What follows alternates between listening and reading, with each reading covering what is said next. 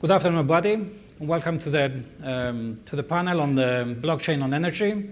My name is Marinos Themistocleous. I'm a professor at the University of Nicosia, and today with me I have Ioannis Vlachos from TIPSNET. He's an expert in the area of blockchain and energy. Dr. Vassilis Nikolopoulos, he's the co-founder and chief executive officer of an innovative Greek startup called Intelen, with branches in New York, Europe, etc.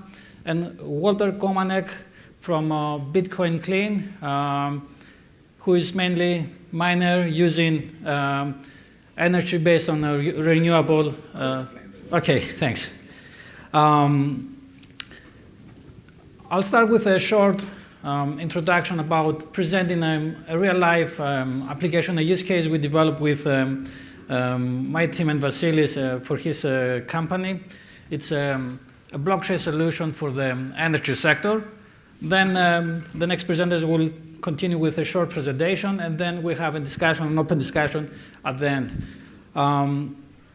Let's have a look to the current landscape of the energy supply chain. What we can see from this figure here is that we have many different players and many different stages taking place during the supply chain. First of all, we have the production, we have the generation in the energy plants, and then we have the transmission and the distribution, and at the end of the day, we have the consumption. In terms of players, we have producers, intermediaries, like the grid owner or other intermediary companies who are intervened in the whole process. And at the end of the day, we have the business and the residential consumers who use the energy. Of course, when the discussion comes to the underlying model, we can see here that clearly we have a producer-consumer business model, okay, which is an issue that we need to further discuss it later on. If we go back and have a look on the limitations of the existing landscape, this is a focus basically on the solar energy because the case I'm going to present in a while focuses on solar energy. We can see a lot of things that we can talk, for instance, for a long time. Just to highlight a few of them, the first one is that the producers cannot negotiate or cannot change the price of the energy they sell to the consumers. There is a standard, there is a fixed price, so they have to go and sell energy based on the predefined price to the consumers. The second thing is that although the production of solar energy is a much efficient and more cleaner way compared to the fossil fuel, we can see that we also have problems in terms of transparency. And the reason for this is because it is based on centralized application and centralized production. And of course, here comes a discussion about what we do here if we want to run this paradigm in terms of a peer-to-peer network. Can we do it? Is it a problem? How can we develop a peer-to-peer marketplace where we can sell and possibly buy electricity? And a last issue we have here is a matter of trust. For instance, the consumers have to trust the companies that they tell them the exactly correct thing regarding the amount of the energy they produce. So we don't have any mean to test this today, so we have to follow their, the values they gave. And another issue is that when this takes place, I mean the selling and the buying of the energy, unfortunately the producers are not getting their money on time, okay? Which means after the sale or after the immediate consume of the energy they sell. Usually takes some time, depending from the country. From country to country we have differences. The average is around 2 months to get back their money from the energy they sell to the customers. In this figure we can see the solution we developed for Interline. So what we have solar panels installed on the top, on the roof of the houses. Using solar energy, we produce electricity that is stored on smart batteries. And using inverters and other smart meters, we can sell and we can discharge the energy to the grid. Okay, so it's a matter now on how to use this system. And we have a series of issues here we have to discuss. One of them is once your battery is full and you need to discharge it, you need to take decisions about, is the right time to do it? Shall I wait a bit? Who is defining the price for the sale? And so on. To overcome all these issues, we develop a blockchain system using Ethereum, of course, infrastructure and platform and smart contracts. We develop cryptos for this solution, so the users can define themselves the right time to sell, they can define the price, and they can take decisions about all these actions. These are the technologies we use for the development. No need to go into much details about it. And let's see what is currently under construction. We started this project, it was September last year, a year ago. We finished around May, June. So what we do at the moment is to enhance the battery. We are moving into a smarter battery where we will have incorporated IoT in the battery. And there is also some work that is done on the algorithms that are designed at the moment in order to use the data from the algorithm and improve the performance and enhance the decision-making process. So when all this will be finished, we will be in a position to allow the machines, to allow the batteries to do the job for us. For instance, based on a series of data collected from weather forecasting, data collected from the system itself, they can decide whether to sell or buy energy. They can analyze all this data I mentioned before and define the exact price. All right? For instance, if there is no sun today, we may think that it may be more important to increase the price and wait for a while to sell the energy because we cannot refill the battery in a small amount of time. But when we have a shiny day, of course, we don't have any justification for keeping the energy inside the battery because there is plenty of sun, we can recharge soon, so it's good for us to lower the price, sell the energy, and refill after a couple of hours. So based on this data and the AI algorithm, we will be able to do this without our intervention. So it's going to be a machine-to-machine operation, and the batteries themselves, they can take the decisions about the actions they have to do. The only thing we have to do is to watch our wallet, have it in a secure place, following all the other procedures you hear here in the conference. So if we go back to the question, how does this development or the development of blockchain applications has an impact in the energy sector and the models? In this area, we prefer to analyze the disruption using the 4 P's categories of innovation. For instance, here we can have product innovation, process, position, and paradigm innovation. In terms of the first one, we can see that the blockchain itself may support us because we are building a new decentralized system where we can have trusted services, and with the use of the IoT and the other artifacts we have incorporated inside the batteries, we can run the process in a better way, and we can offer the product in a different and more innovative way compared to what we did or what we have done all this time.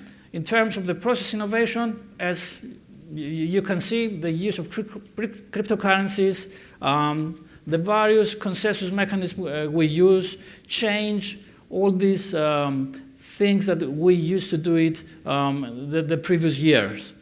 And in terms of position innovation, we have different things to talk about. Here we can talk about the ICOs, initial coin offerings. We issue them through the system. We can talk about decentralized governance or about autonomous and economic agents. The fourth P refers to the paradigm innovation, and here we can see a real transformation of the model. So we shift the model from the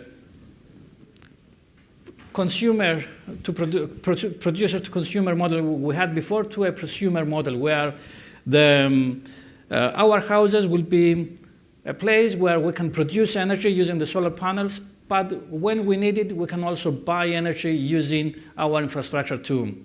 Of course, there is a fifth P in terms of innovation. It's called platform, and in our case, we use platform innovation. We have platform innovation too. For instance, we can use here Ethereum as a platform. Using the Ethereum, we can have smart contracts as an example of product innovation on the top of the platform, and also we can have ICOs as an example of the process innovation at the top of this platform. Concluding, we can say that we can see various advantages by using such a system compared to the situation and the limitations I explained before. For instance, here we can have transparency. We're talking about a peer-to-peer network, a decentralized environment where we can use all these advanced features of blockchain technology and smart contracts and etc. to produce and share energy in a more efficient way. So that's all from my point. It was just an introduction to understand what we can do in the area of energy by developing applications using blockchain technology. And now we're moving to our second speaker, Ioannis, who will talk about energy issues. Thank you. So thank you, Marino, for this introduction and also for an interesting presentation. Good afternoon to all of you. I'll wait for my slides to go on. Fine. So my name is Ioannis Vlachos. So I'm going to talk here on behalf, let's say, of the TIPSNET group about the disruption that happens currently in all utilities across the world. A little information about the TIPSNET. The TIPSNET set out of the vision for research development and investigation for smart networks for energy transition. And its role actually is to prepare and update the strategic research and innovation roadmap in Europe when it comes to energy networks. Also the implementation of R&D and innovation activities across Europe, and also to provide input to the famous, let's say, set plan, Action 4, which addresses the technical challenges raised by the transformation of the energy system. Also identify innovation barriers and develop and help bring research and development innovation results into actual deployments. And finally, but not least, consolidate all the stakeholders that I'm going to present in the next slide. So stakeholders in a TIPSNET are, let's say, all the infrastructure owners, TSOs, DSOs, national representatives, parts of research and academia. The consumers play a key role in the TIPSNET, as well as regulators, equipment manufacturers, ICT and network and software providers.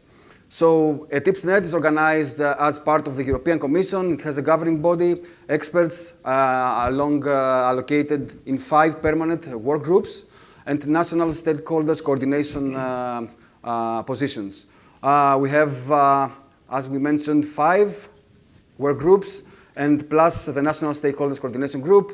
I'm here as part of the work group 4, which has to do with the digitalization of the electricity system and customer participation. And thus, You will see in a few slides blockchain and peer-to-peer energy trading networks, realized over blockchains, play a key role in work group for digitalization of the electricity system.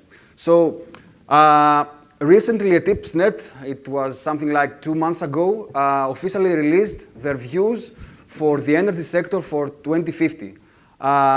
So there are 3 goals for the European Union energy policy. First of all is secure, resilient and reliable supply of energy to all consumers. Protection of the environment, the physical environment, and also affordable and market-based energy services. So initially TIPSNET, years back, have released their vision for 2010, which mainly had to do about energy systems and a low, let's say, circularity of the economy, while in 2050, the main, let's say, the core principle of the TIPSNET vision about the energy is the integration of all systems. So we're talking now not only about energy systems, but we're talking about a system of systems. So what is, in a nutshell, the TIPSNET 2050 vision goal?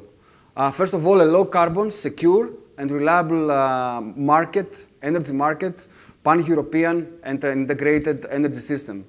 Also, a fully CO2 neutral and circular economy by the year 2050. And finally, maintain and extend global European industrial leadership.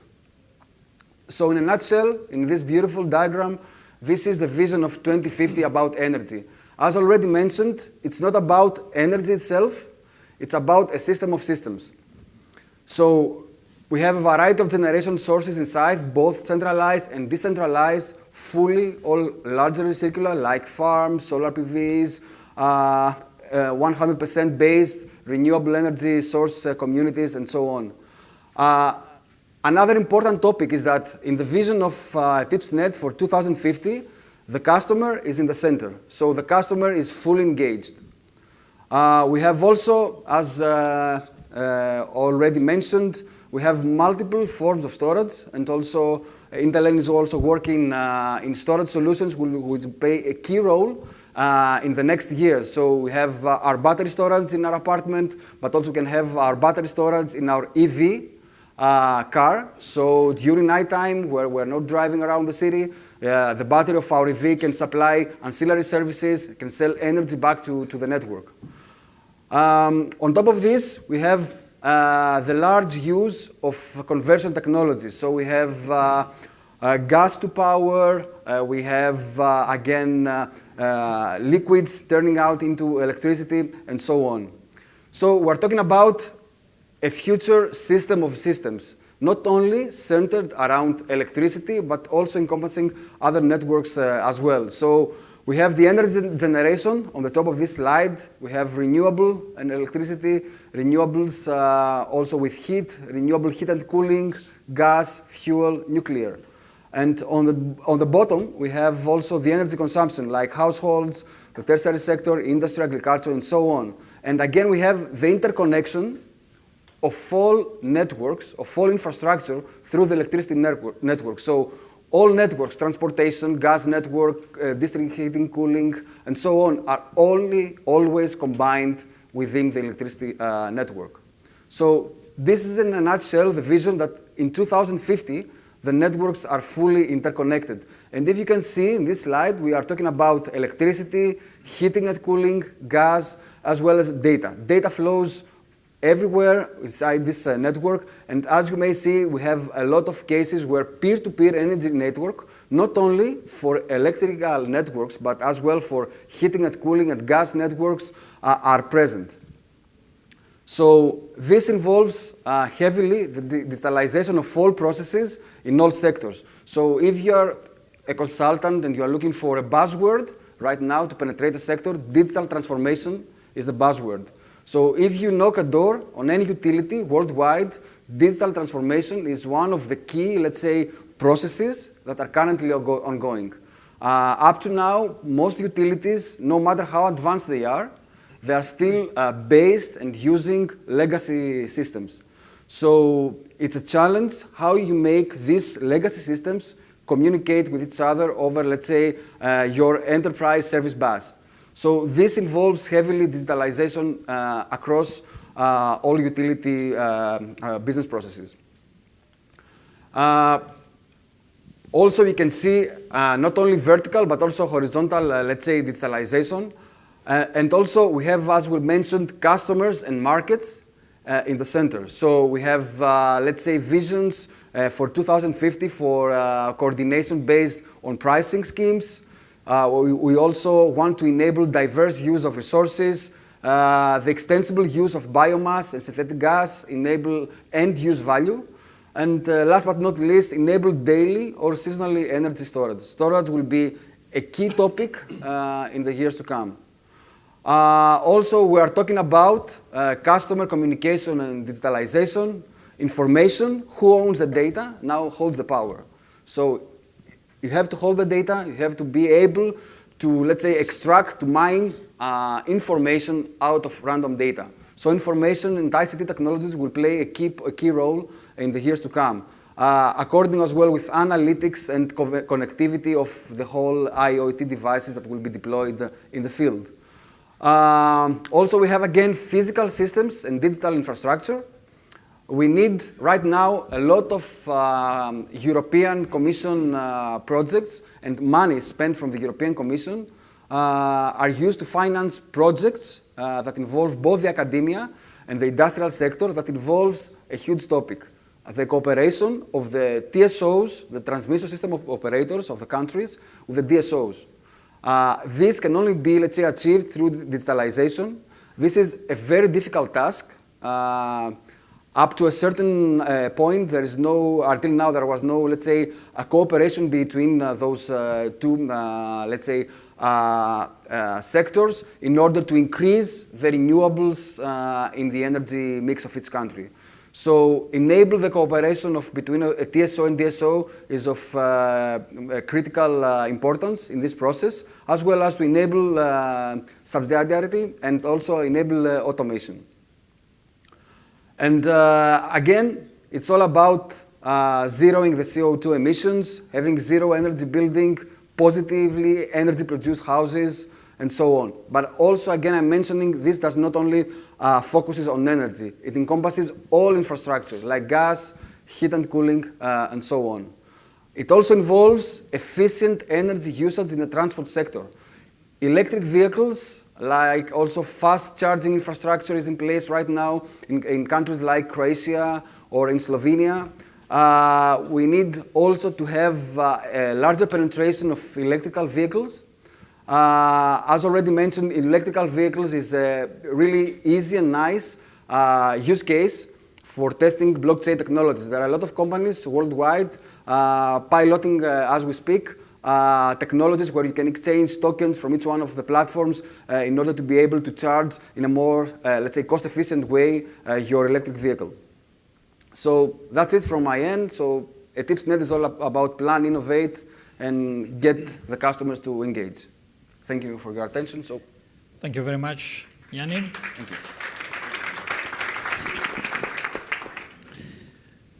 Vassilis? Yeah.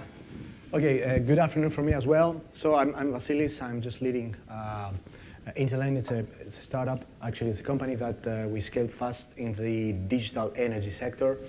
And actually, what I'm here to talk about it is that there is a big revolution right now going on the energy space. Based on my experience, my team experience, my company's experience, we have been working with utilities all over Europe and the US for the last 5 years. We have been working with more than 20, 25 utilities in Europe, only in Europe. UK, we're expanding in UK right now, Netherlands, Benelux area, Italy, and Balkans. Now, as you know, the energy sector, especially from the product perspective and the entrepreneurial perspective, it's what we say in the utilities, that one size does not fit all. So according to the local economy, according to the local regulatory framework, every country and every utility has its own needs. So there are countries that they have already rolled out smart meter programs. There are countries that they have not. So actually you have to find a balance in between offering innovating services to several countries and to several regulatory frameworks. But what is common right now for the last 3 years is that there is a huge revolution that we call digitization of the energy sector. The energy sector is one of the last sectors that it has not been digitized so far. Banking sector has begun that 15 years ago. The telcos just followed up. And right now there is a huge revolution how we will digitize the energy sector. And why is that? Because as you see on the slide, the classical bill payer, it is what we call the classical utility customer up to now. So you had your utility actually knew almost nothing about you. It knew only your address, where your utility bill comes every 1, 2, or 3 months. You go and you just pay. Now that relation is going to get disrupted, and what happened some years ago about the banks and about the telcos. So actually from the bill payer approach, we're going towards the community consumer. And what does mean? It means that, as Marinos in the previous slide showed, we go from the consumer approach to the prosumer approach. Prosumer means that I'm producing my own energy, and in a smart way, I have also the ability to use it either in my own house or sell it to the community. So this is where the community perspective goes in. And as you can understand, as Ioannis told you, the smart Greek sector, combining all these stakeholders together, it's something extremely complex, it's something extremely complicated and difficult. So what do we have to do there? It's to use mathematics and technology, actually IT, to try to get a balance and to use the platform economy so that to optimize the connection and the relation between consumer, customer, and utility. Now, in the last 3-4 years, there are many utilities, we have been working with them, so they try to build digital engagement platforms, loyalty programs, so that to attract more users, to reduce the churn, to generate alternative revenue streams, because as you might know, if I have my own battery and my own solar panel, the price of electricity, the profit margin drops. So, as telcos did some years ago when Skype and all the cheap or free text messaging system just make up their moves, they try to generate new revenues, because if they stay by getting revenues only from selling energy, they would just eventually die. So you see that we are going to digitize, we're going to transform the relation between consumers and utilities. This is actually what we see, the 5 Ds of the new digital energy marketplace. And what I want to focus into the top left-hand side, where it's the disintermediation. That means that everything goes up and everything comes up to be decentralized. That means that we have the peer-to-peer trading, we have the distributed ledger technology applied on the energy, and we have many, many new business models coming into the space. And this is important because new business models will generate new revenues for utilities. So actually utilities, they're transforming themselves into final service energy providers or digital energy service providers for their users. So we're talking about peer-to-peer engagement based on the blockchain technology. What does that mean for a utility? It means that they can enable their users to trade electricity. So I just sell my own energy to Ioannis using a blockchain network.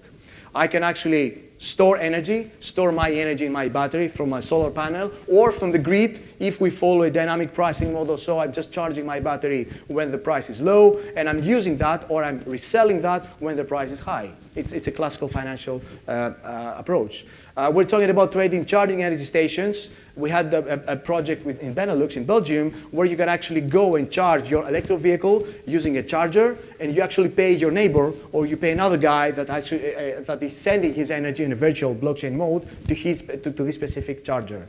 We're talking about REST production and bidding platforms. Especially in the UK, there are 2-3 startups right now that have a bidding auction platform where you can generate your own energy from your solar panel. You can upload a bid on the bidding auctioning platform, and then somebody else goes and buys that energy to consume it for himself. That's based on blockchain technology, and of course, cross-selling, upselling, loyalty services. As I told you, the end users, they are like the new way to generate new revenues for utilities. We're talking about cross-selling and upselling. Right now, we're just running this type of highly disruptive models where we have a loyalty program. So instead of points, instead of gamification points, instead of tokens, we're using cryptos. Okay, I'll show a snapshot later on.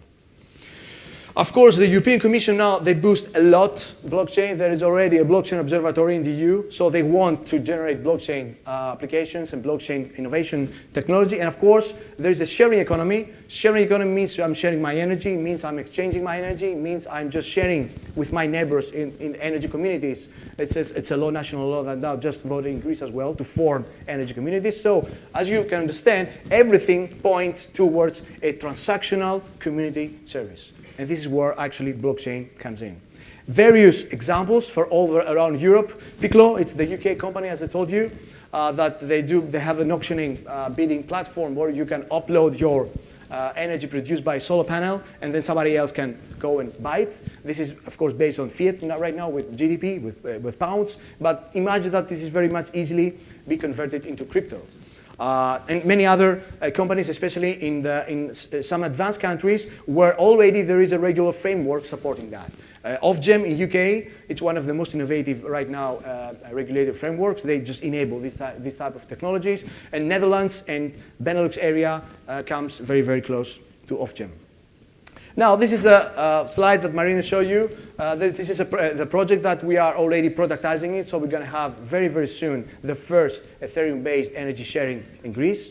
Of course, this is everything in virtual side, but this is something that will expand, will sell to other European utilities as well. And one of the most important things, it is that we're trying right now to take out the controller layer. The controller layer here, it is our engagement platform. So we have one of the most advanced engagement platforms, okay? The users come in, they just engage with the utility, they pay their bills, they see the electrical curves in real time. They can do many, many digital services. They can take services from the utility, and that platform was connected with the Ethereum platform. Now, what we are trying to do in terms of the batteries, in terms of the IoTs, in terms of everything, we are trying to put the battery on a specific blockchain node.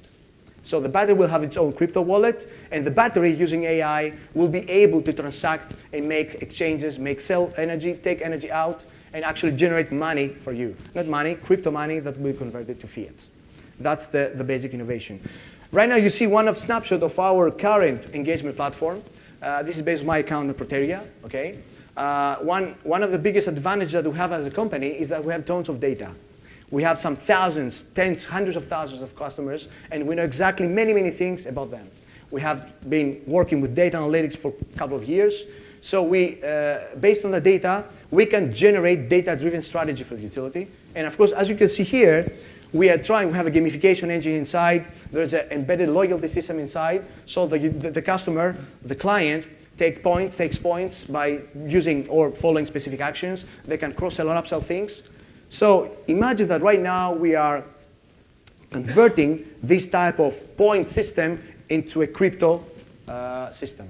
So the client will have its own crypto wallet, will get Ether, will get any other type of ICO coin that may the utility be able to generate.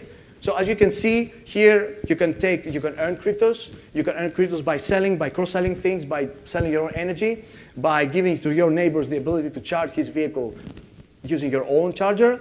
And then you can go and convert it to fiat or use your crypto to buy other things. In the crypto thing, there's going to be a huge revolution in the months or years to come.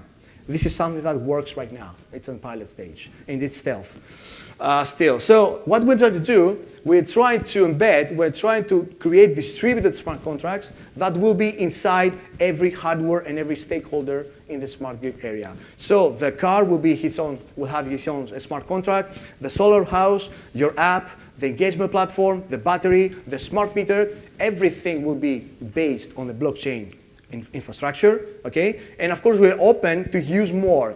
We have been talking with Ripple. They have a great token, the XRP, and that just now deployed an old blockchain infrastructure, Codius, where you can actually build smart programs. Ripple and EOS right now are the two main cryptos that have an amazing blockchain infrastructure ready to scale up to the sky.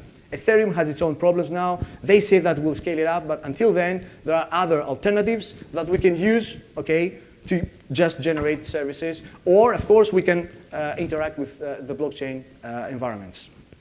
So this is something, the basic innovation that they're trying to do now, to apply, to use, to generate smart contracts, embedded AI intelligence inside. The smart contract will be distributed. will be run among various stakeholders, and then the actual value comes for the end user that will use cryptocurrencies to generate, to get money, to sell energy, to move actually services in between stakeholders, okay, in a very, very much interoperable way. And this is finally a scenario that we run also. You have your own house, you have your own EV car, and you go every day to the parking lot to actually go and charge it to your company. There are companies right now that they offer incentives to go to plug your EV car to the company's parking lot and sell energy to this company. And the company pays you with bonuses. These are very, very advanced business models that are now a reality to specific European countries. This is from Belgium. So you go, you find a job, you just get some bonuses, not just to work more, but only to take your electric vehicle, which is a leasing contract for your company, to go and use it in your parking lot, in your job. So everything and everybody is happy. These are real disruptive business models right now going on the utility side, and it's going to be more and more. That's it for me. Thank you very much. Thank you very much, Vassilis.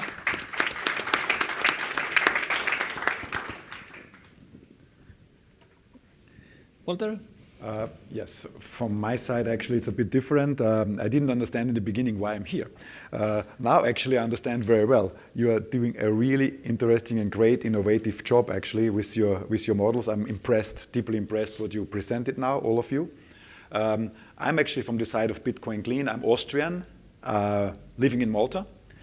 What we developed, actually, is nothing else than the same what everybody knows already. Everybody who knows Bitcoin knows also Bitcoin Clean. We have the same genetics. It's absolutely the same blockchain, the same protocol. And Bitcoin Clean actually was developed out of one reason, because all of us, we know how much the Earth is polluted by mining. Mining actually pollutes the planet at the moment. Just for Bitcoin mining, I'm not talking about the mining for the altcoins. Just like Austria, all cars and factories together per year. That was actually our approach, why we said we start Bitcoin Clean, and we made a hard fork actually in May this year. Actually, it was done in April, but really came up to force then by May. And we are actually listed already on 2 exchanges. Which we trying to improve, of course, to other exchanges. We are only onboarding miners which having a proof of green energy, of renewable energy, of hydropower. So what we developed is a kind of proof of greenness. The miners which are applying to work with us or to mine for Bitcoin Clean have to prove that they're really using the energy from a renewable energy source or from hydropower. In the moment, the source would come from coal or oil or anything else, the community and the miners would not accept new miners to be onboarded. Yeah, that's the very short introduction of Bitcoin Clean. I think it's the right payment also for your innovative products, which we should actually very much work together, actually. Bitcoin Clean has a big demand in the future, even it's very small today. We are having a very innovative and strong, powerful team behind it. Just for a little example, we had a very strong hacker attack a week ago. We could manage to arrange this hacker attack in a proper manner. We cleaned out all the coins. We isolated the artificially produced coins by the hacker, and everything runs again smoothly. Therefore, I was actually following up yesterday very much also the hard fork of Bitcoin Cash, because they could face the same problem. It was a very big topic, this 51% hashing power, actually. Anyway, please go to the website or go to the exchange, buy Bitcoin Clean in the future, and use it maybe for a payment for this innovative system what the gentleman's developed. Thank you. Thank you very much, Walter.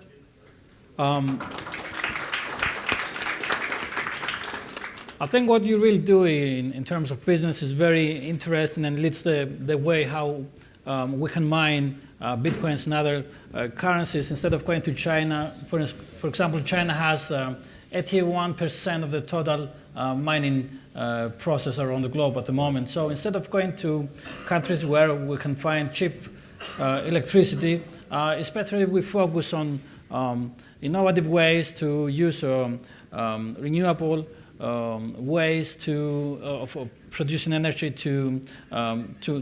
for mining.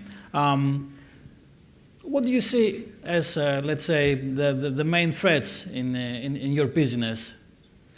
The main threats in my business, or it's not really my business, it's actually a community project which I'm supporting. The main threat is that the market doesn't accept it. We hope it will happen. We are working very strongly with powerful companies which help us to get into the market. We're having at the moment discussions going on with Starbucks, as Starbucks very much wants to go green in the future. So this is for sure a process of another 6 to 12 months, but they're very interested if we develop the project further to work with our coin. So that's one of the threats, of course, what we have, that it just is not accepted by the community. But we see an uptake already, a slow uptake. It takes time, of course. We have to do more promotions. We have to get also into the medias more. Unfortunately, the crypto medias have their own ideas. So there was a big article on Cointelegraph a couple of weeks ago talking about the big problems of crypto mining, especially Bitcoin mining. And when I called the redactor who wrote the article, telling him we have the solution, he said, I cannot write about that without you pay me. So that's not really fair, but it's how it is at the moment. So it's not an objective journalism also going on in the crypto world at the moment. If that would happen also, I think projects like Bitcoin Clean and others would be much more accepted in the whole world, actually. Excellent. Vasily, from your presentation, we've seen that you're highlighting new disruptive ways and applications in the area of energy. What else can you see for the coming years, let's say, in this area? Well, for me, yeah. You had the focus, for instance, on the electric vehicles. What else can you see there? Well, for me, the storage and e-mobility will be number one aim. Storage? Yeah, storage. Definitely storage will be also decentralized. We'll move to micro storage. So apparently every individual appliance in your house will have its own storage. So we'll go initially to the home storage, and then the storage in general will be decentralized as well. And systems will exchange stored energy in between appliances. That's the future. So we go to decentralization in storage. And for me, also e-mobility based on autonomous vehicles. So we're talking about vehicles that will be moving all around autonomously and automatically, not only based on the traffic conditions, but also based on loads or the excessive energy in specific blocks. Mm-hmm. So, and of course, the car will be actually an entertainment vehicle. Okay.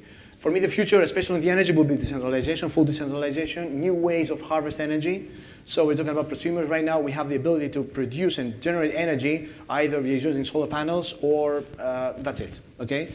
So technology evolves. So we're going to have many more ways to generate energy from several energy harvesting ideas, either from soil, either from vibrations, either from smart materials. Already there are smart materials, elastic piles that you can actually put your shoe and generate some watts. So energy harvesting will be a new way to generate energy, and so as much energy as you're generating, the decentralization will be higher and more, because you want to either use it or you want to sell it. You want to give it to the community. So for me, energy harvesting, e-mobility, and storage will be the three main key disruptive buyers for the next 5-10 years, because also the costs are decreasing. I mean, the cost of the batteries, they're decreasing roughly 25-30% every year. Okay, so as the costs are down, we're going to see new technologies arising. That's right.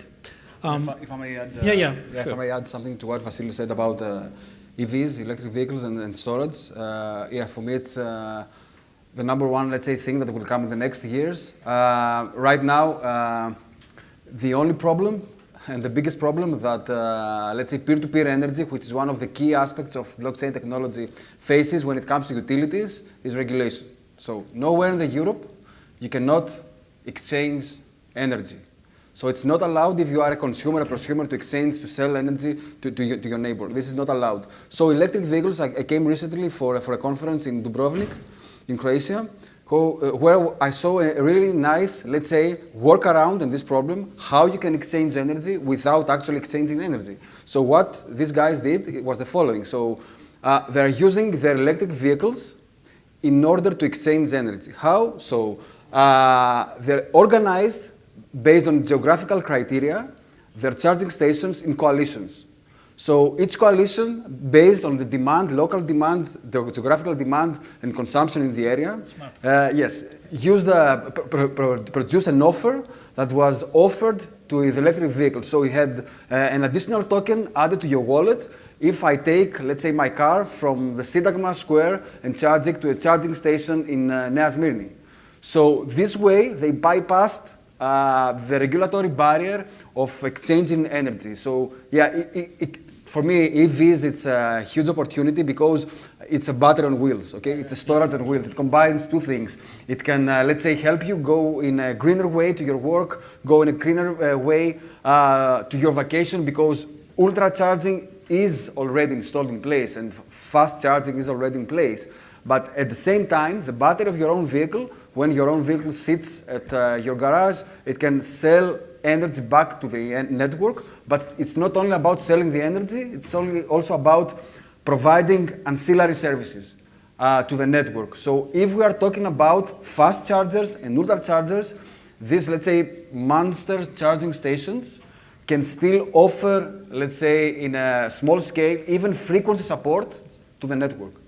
So yes, for me also, EVs and storage are the two main, let's say, drivers for this disruption in energy. Yes, please. Add something on that, actually. I'm from the telecom industry before, so I was running a mobile telecom operator. And what is the biggest problem actually in this industry? It's quite similar. Let's say you have data, I have data. We don't use the data in our months. For example, we have 5 gigabyte, we use only 2. You're not allowed to sell me your 3 gigabytes, which you are not consuming, right? You just lose it. And there's actually a very interesting project going on in the telecom industry, how they overcome this on the blockchain also. I would actually like to share that with you. Maybe it helps you a little bit to get some ideas around that, to work around actually. Yeah? Sure. Yeah? Yeah? Question. Except from the regulations, what other barriers do you see in the area? For me, the biggest additional barrier is, again, regulation. Regulation. Yeah. So regulation and regulation. Yeah. For me, okay, when it comes to utilities are, let's say, very rigid organizations that do not easily move away from standards. So for me, regulations and the existence, the no existence of standards actually in this sector is the two, let's say, barriers in this sector.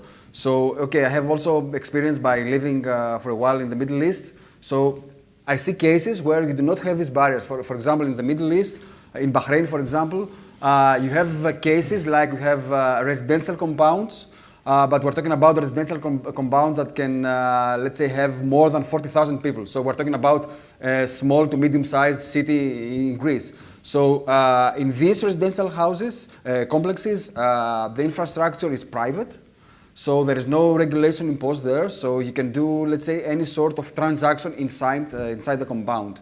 Of course, there is some regulatory issues that you need to tackle, but still there is opportunity there inside those private, let's say, compounds to do some sort of peer-to-peer energy trading with really, let's say, interesting outcomes in terms of producing greener energy for the residential, and of course, some monetary benefits for the residential. Just not more, I mean, totally agree with regulation, but among all, it's the inertia of the customer awareness. What I mean, we had a project with EDF UK, where EDF right now, they just sell you with a solar panel and the battery as a package. And the initial question that you may have is how far a utility could, actually why utility will sell you something that will reduce its energy profit. Because if a utility sells me battery, apparently, and a solar panel, apparently the first question that comes to mind is, okay, that this guy will pay less. The answer was from the high-level, C-level executives that if we don't follow the stream, we'll die. That means that in a couple of years, the customer on their own will buy the batteries. So the utilities are forced to get into the game right now, because if they don't, they're going to lose it. And why is that? Because we have a base-oriented innovation here. This is innovation driven by the consumers, not innovation driven from the high level, the utility. The utility is a very slow-moving mechanism, extremely slow. Okay? No utility will go up and chase innovations. However, if the utility in 3 years sees that tens of thousands of users, they go to the supermarket because the cost will drop and will buy batteries, they're going to lose profit. So instead of that, they are trying to maintain the customer into a service agreement with them, even if they lose initial profit. However, by selling that, they're going to generate more revenues, alternative revenues, that will actually erase or minimize their initial profit loss. Okay, so for me, the initial or the main barrier, it's the consumer awareness for the end users to understand what is a battery, what is an electric vehicle, how do I push or how do I give incentives to people to buy EVs. Still, it's very expensive. Okay, so everybody will try to give incentives. So for me, this is a barrier that eventually will die in a couple of years. Okay. But this is like an exponential equation. So as soon as the costs are driven down, this innovation from the people will be at the peak. So utilities will have to deal with that. Excellent.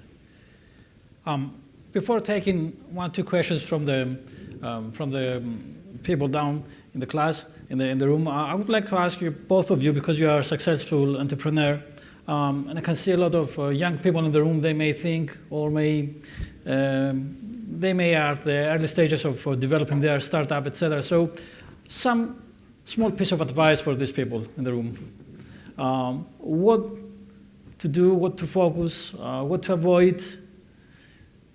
Vassilis? Okay, yeah. From my side, well, the energy sector in general, it's a very tough sector. Yeah. It needs time. The average sales cycle that you have as a company, it's roughly 1 year, because you have to convince a utility to buy the product. Okay, we're not talking about a B2C model. We're talking about B2B2C. So actually, I'm selling to utilities that they deploy the service to the end users. That needs time. So you have to be patient. You have to have patience. You have to have a startup capital which is big, because this type of ventures, they require big initial capital. We're not about B2C company or a mobile startup company that you can actually start generating revenue from next month. So you can actually, your P&L or your profit and loss comes into balance after a couple of months. We're talking about you have to live with the initial capital, and you have to live even without making revenues for 3 to 5 years. That's a B2B, okay? So you need to have a very strong back VC or a strategic investor. And of course, you have to combine many vertical sciences together, which is difficult. So you have to have the talented people, because in our platform, we combine marketing, game mechanics, analytics, energy efficiency, and fintech. So to build one platform, okay? So you have to combine many vertical sciences. You have to build very, very strong teams working together, and you have to have good capital, startup capital to start with. That's absolutely right what you're saying. Without that, it doesn't work. On the other side, you need also be driven. Driven means you have to also be willing, hands-on, to drive your company and to your project yourself further, hands-on, and to also not go maybe to the evening events or to bars or whatever in the evening. I spent tons of hours in the office, sitting down and doing my things, even if it's tiring sometimes, but you have to do that, so you have to compromise a lot, also with your family or whatever you then have, yeah?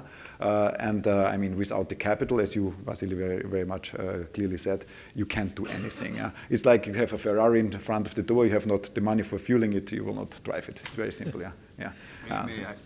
I add also 4 words that I read somewhere in a co-working space. It said, start now, start up later. That's for sure also good. So thank you very much. We have time for 1-2 questions from the audience. Yes, please. Hello, thank you for coming today. For me, at least, this is one of the best discussions and panelists. So my question is related to the tokenization of the energy. Can you please tell us a bit more about the technology or method you are using to register the data on the blockchain, and how do you avoid any tampering? So basically the black box we didn't see on the slides. Thank you. Okay, is the question to me? Anyone who's related to this, basically. I had a slide earlier on where we talk about the technologies we use. We use HT wallets, hyper-deterministic wallets, and the question was about the tokens, yeah? About the coins. How do you register the production of energy on the blockchain, and how do you know that register, energy is not tampered or the data are not tampered before it goes to the smart meter? Okay, basically what we do, we take the data from the batteries. We have some piece of software there where we send it through a secure way using the smart contracts to the blockchain. Okay, so this is. It's an IoT device, I guess, right? Yeah. IoTs. Processors inside the battery. Right. So they measure the exact production or consumption. This is also related to the smart meter. And initially for the project, our engagement platform was actually taking the data and registering to the Ethereum network. Now, the next step is to have the battery on the Ethereum node. Of course, this requires computational power and a lot of memory because you have to register the blocks and everything. There are ways to overcome that, okay? Take backups and stuff like that. But the next step will be, and for me, the future, every hardware IoT device in the very near future will have its own Ethereum or blockchain address plus its own wallet. So automatically, either it's a robot, either it's a production line, will generate workloads and will get paid. That's another way of, that's another discussion now, much more philosophical about, the robots that take out people, okay? For me, in the future, there will be machines working for you, and those machines will make money, okay? If everything is based on the decentralized blockchain environment, and it's going to be smart contracts, smart programs among the machines doing something. That's the way we see the future. Thank you. Last question. I was wondering how much infrastructure investment will be needed. I mean, just to enable peer-to-peer selling of energy. Like, do I need to buy the solar panel and battery, and you do the same, that's enough, or do you need some devices or upgrades on the grid side as well? If I may respond, no, it's only about, let's say, first of all, having the right to sell energy to your neighbor, but it's only a matter of, let's say, allowing your meter to register on a blockchain your consumption and your, let's say, renewable production. So if I am having, let's say, a rooftop solar on my roof, I can sell virtually through a virtual power line energy to, let's say, Vassilis, who is living in Crete, in the island of Crete, miles away, and still have some sort of peer-to-peer energy trading if we are belonging to the same platform. So technically, Vassilis takes from grid, right? Yeah. Electricity. So it's not my electricity going through his. Yeah. It's a balancing between demand and supply. It's a virtual relation. Yeah. So at any case, there are projects right now that are homes interconnected with actual cable, okay? But that's not the case. Right now, I can sell you virtually as a virtual net metering, let's say, approach. It's an accounting equation. I'm discharging to the grid, to the pool, okay? This is registered. And then the utility, this is why both clients, both consumers need to have the same utility as a client, okay? The same utility now registers that and then goes to your account and credits you some kilowatt hours or credits you money. So it's like an accounting, but that needs to be done on the blockchain because we need to actually register the transactions so that there's no doubt on the transaction nature. Just one more follow-up on this. So basically that happens virtually, right? Then why we are talking about community only? I mean, why it cannot be like, why it should be community? Why I cannot sell to, I mean, another part of the city? Because maybe you need 55 kilowatts, and these can be taken from 10 people that each one of them has 5.5. So I'm not taking energy only from one, I can take energy from many. That's the community oriented. And also, if you also see it from a DSO, distribution system operator's point of view, in order to impact and provide ancillary services to their network, there needs to be some critical mass. So my 1 kilowatt in my house does not make any difference if I sell it, if I also give it for free to the DSO. There needs to be a critical mass geographically located at the same place. Thank you. Thank you. Regulation, I mean, frequency control, 1 megawatt can be taken from 100 people. Yeah. Thank you very much for coming here, and thank you very much, our panelists. It was a really interesting discussion.